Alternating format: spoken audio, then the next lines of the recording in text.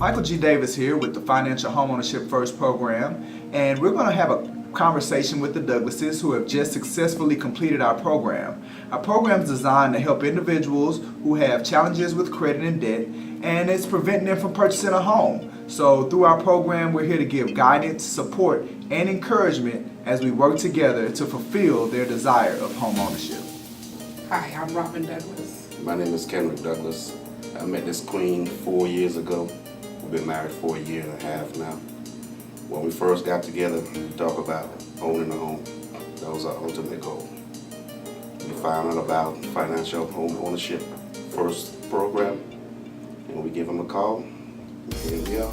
We have a home within 7 months. It's a load off because this is our home. You know, we did the work. Everything panned out just like we were told it would, and here we are.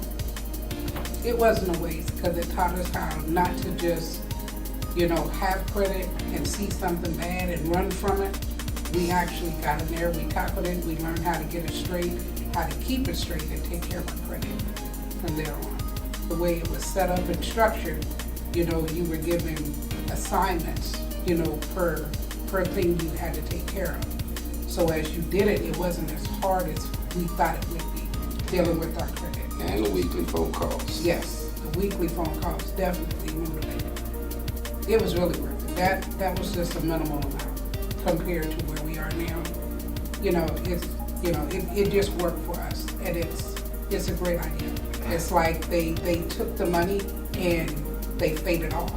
But with you calling us weekly, you giving me assignments, it all worked out because I knew it was real, you were there.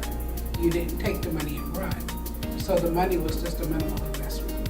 I would tell them to go ahead and try it. Try your program, the first Financial Home Ownership First program, because it worked for us. And I do have coworkers that I have emailed to you because I believe it's positive. Get off the fence, go to the professionals. Yeah.